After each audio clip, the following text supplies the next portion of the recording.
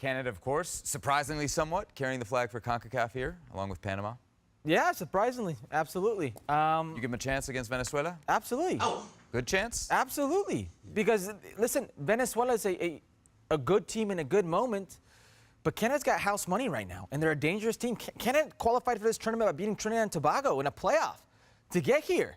They've got house money. Jesse Marsch has, he had 2 games before this tournament with them, and one they got embarrassed versus the Netherlands, and another a very respectable 0-0 draw versus France.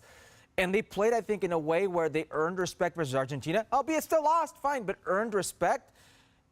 And they have what I think are difficulties for any team. And certainly Venezuela will acknowledge the difficulties of a physical team, of a fast team, of a team with special players in their offensive third or with space ahead of them. An Alphonso Davies, a Jonathan David, Estacio that's very good in picking his moments to, facilitate these players. It's a difficult team with difficult problems to try to solve, but certainly both teams would like their chances, and to think, and I say this respectfully, that in a semifinal of this tournament, it's going to be Venezuela or Canada. That's a big moment for both those countries. What if it's Canada, Casey, and the U.S. and Mexico are at home, and specifically the U.S. is home, knowing they could have hired Jesse Marsch as the manager? Well, it's definitely a bit of a wake-up call, but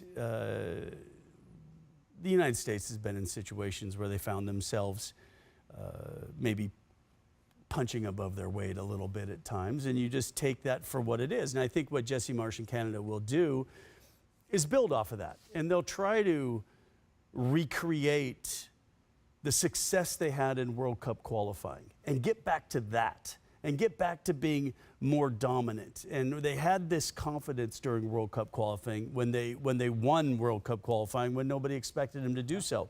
And they did it with a bit of flair and with a bit of athleticism to hit you on the counter and be very dynamic. And we haven't quite seen that yet. What I think happened was Jesse was all excited about the game against the Netherlands. I'm going to show you how we're going to press and we're going to do this. And then they got kind of brought down to reality. 45 minutes. Yeah. And it was kind of probably one of those good moments to say, you know what? Let's kind of slow down here a little bit. Let's get things right defensively. And they have. And they've gotten, and it's been, what do we talk about sometimes? We talk about being pragmatic. Well, Canada has been very pragmatic in this tournament to say, you know what? Maybe we're not going to go out and win 4-0. But we're going to find a way to get into the knockout rounds. All right, we'll leave our look ahead couple to the... things, Yes, quickly, Ali, go ahead. Hold on. Yeah, very quickly. Couple of things. When Herc says, with all due respect, it's either Canada or Venezuela in the semifinal, with that disdain, there is no respect there. Okay? The second thing I would say is, with all due respect... Bless their heart. Canada or Venezuela. Bless their heart.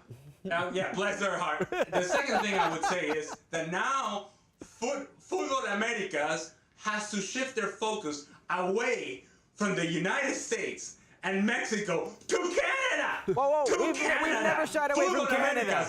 We just shied away from Venezuela. Fully representing the Americas. Something tells me we're still going to focus on the U.S. and Mexico, even if they're not in this tournament.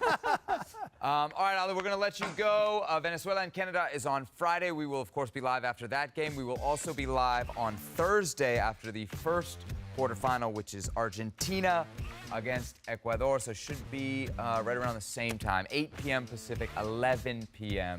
out on the East Coast.